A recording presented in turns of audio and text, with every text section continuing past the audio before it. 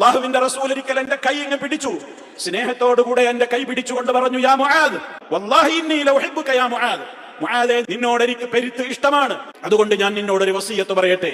മുആദേ നീ ഒരിക്കലും ഏതൊരു നമസ്കാരത്തിന്റെയും അവസാന ഭാഗത്ത് അല്ലെങ്കിൽ നിസ്കാര ശേഷമെന്നും നമുക്കതിന്റെ വ്യാഖ്യാനങ്ങൾ കാണാൻ സാധിക്കും, ഇപ്രകാരം പറയാതെ പോകരുത്. എന്നിട്ടൊരു ദുആ പഠിപ്പിച്ചു കൊടുത്തു. അല്ലാഹുവേ അഇന്നി, നീ എനിക്ക് സഹായിയാവണേ, നീ എനിക്ക് സർവ്വവിധത്തിലുള്ള തൗഫീഖുകളും ഒരുക്കി തന്നുകൊണ്ട് നീ എനിക്ക് ശക്തി പകരണേ. എന്തിന്? അലാ ദിക്രിക, നിന്നെ ഓർക്കേണ്ടിടത്തെല്ലാം കൃത്യമായി നിന്നെ ഓർക്കാനും, വശുക്രിക, നീ എനിക്ക് ചെയ്തു തന്നിട്ടുള്ള ആയിരക്കണക്കിന് അനുഗ്രഹങ്ങൾക്ക് നിന്നോട് നന്ദിയുള്ളവനായി തീരുവാൻ, യഥാവിധി നിന്നോട് നന്ദി കാണിക്കുന്ന ഒരു ശാക്കിറായി ഒരു ദാക്കിറായി ജീവിക്കുവാൻ നീ എനിക്ക് തൗഫീഖ് തരണേ.